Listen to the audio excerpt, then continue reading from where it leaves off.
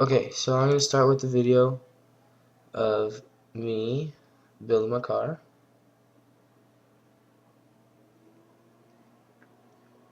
Put the wheels on, and I'll spin them, and I'll take it apart, and then I'll put them back together. Alright,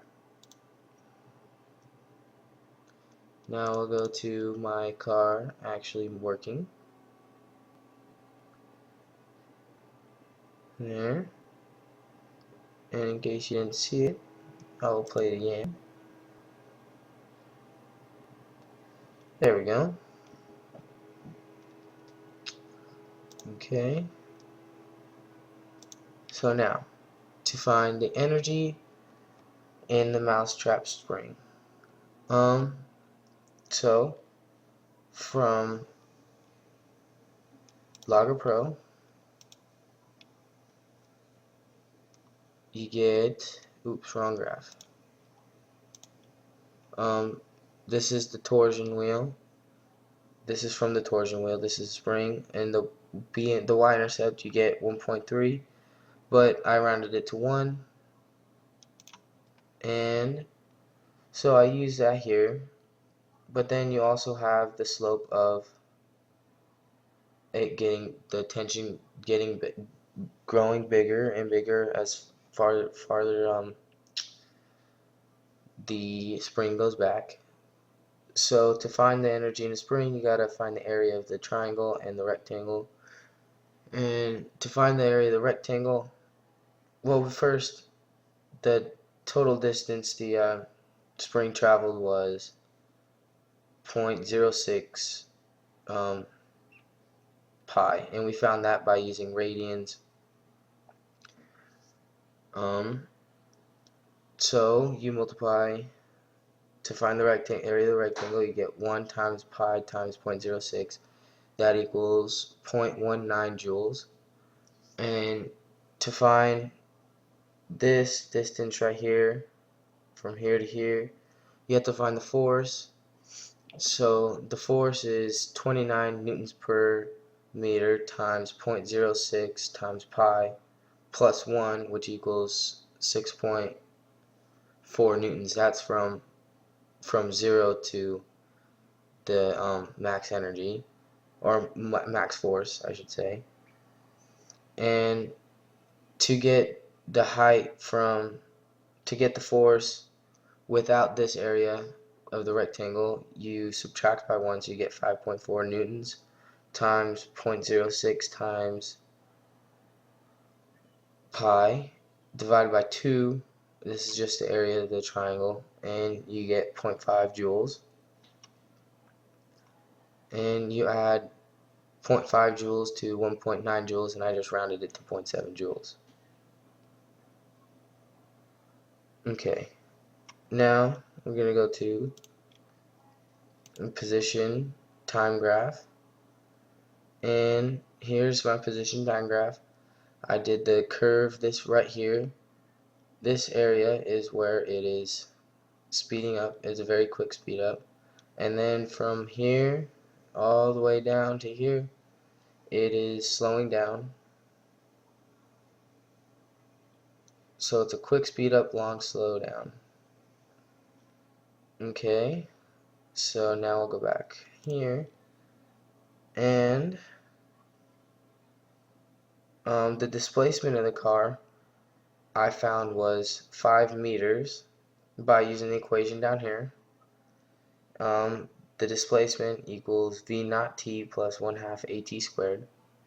And because it's starting with the 0 initial velocity, you don't even use the v naught t, and you get 1/2 at squared, and that ends up giving you 5 meters as the total displacement of the car.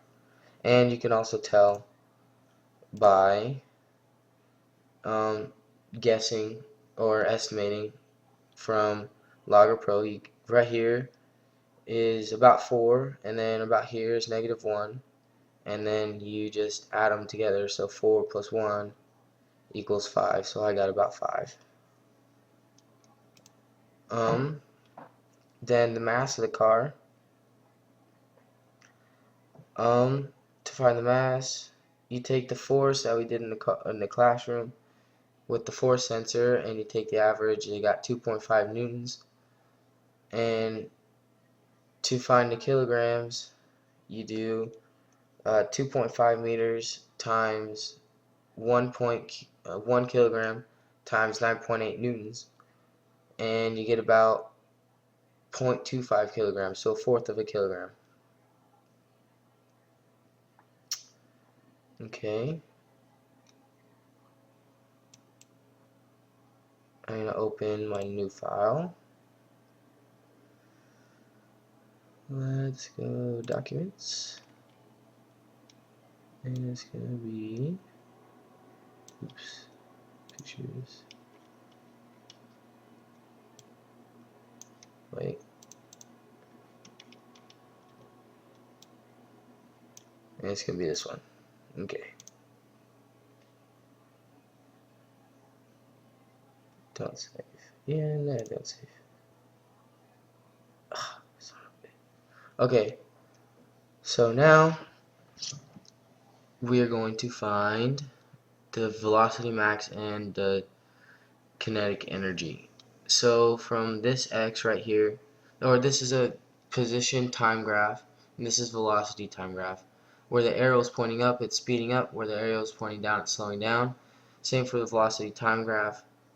Where the arrow is pointing up, it's speeding up, and where the arrow is pointing down, it's slowing down. And to find the velocity, the max velocity, I went to Logger Pro, and I took where it's speeding up, and I'd hit statistics, and it gave me the negative 2.226 because my car's going in the negative direction.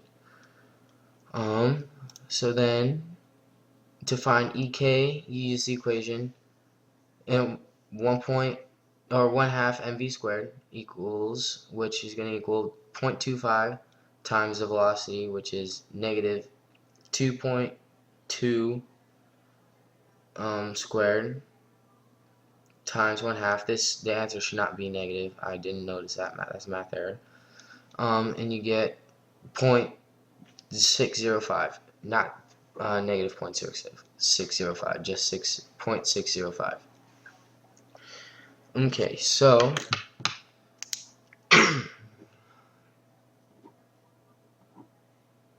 so now we're going to find the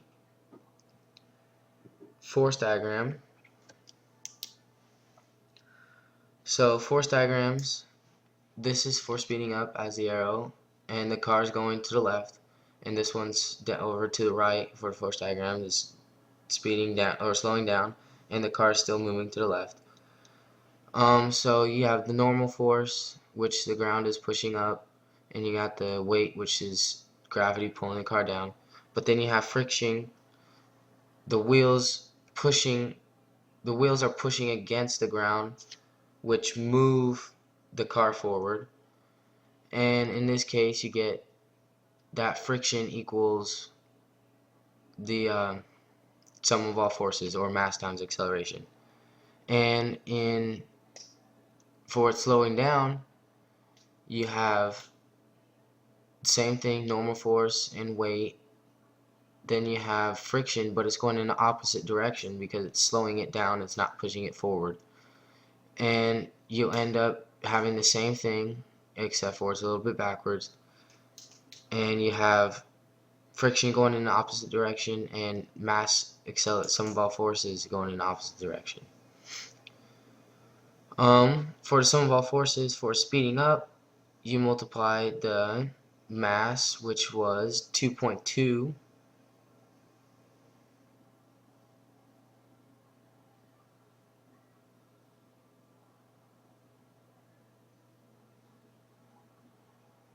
the mass is 2.2, and you get multiply that by 6.5, which is 14.3 newtons. And then for it slowing down,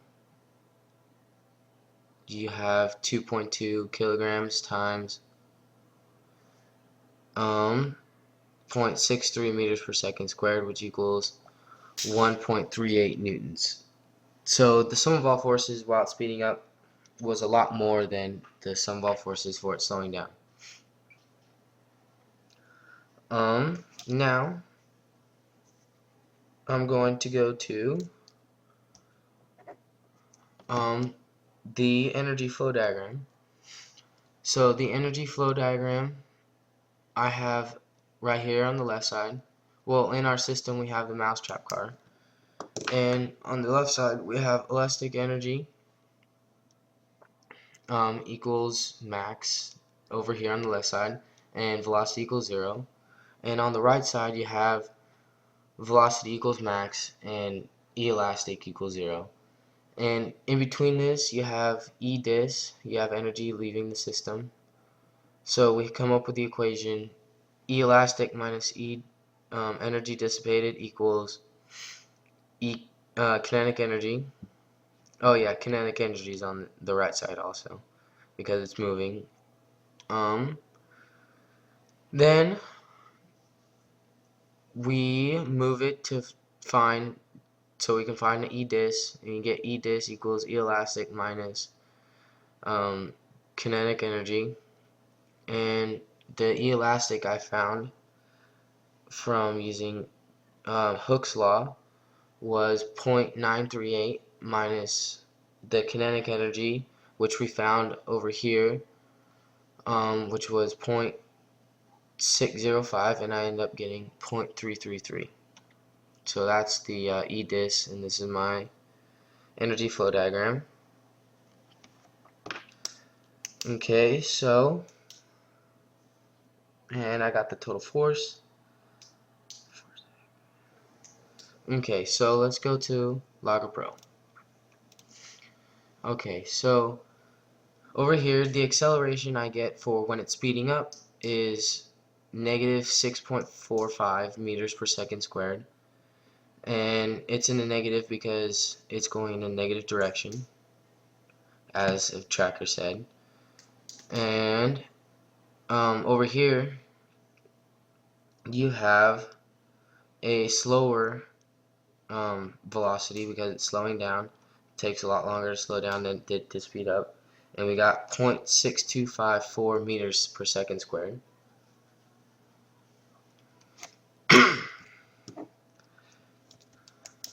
Okay, and for VPython, my computer was being stingy and did not let me use it, so I'm just going to explain it.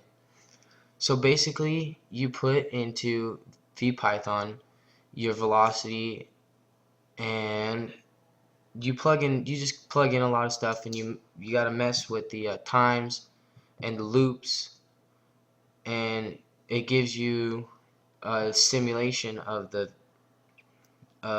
car, and then you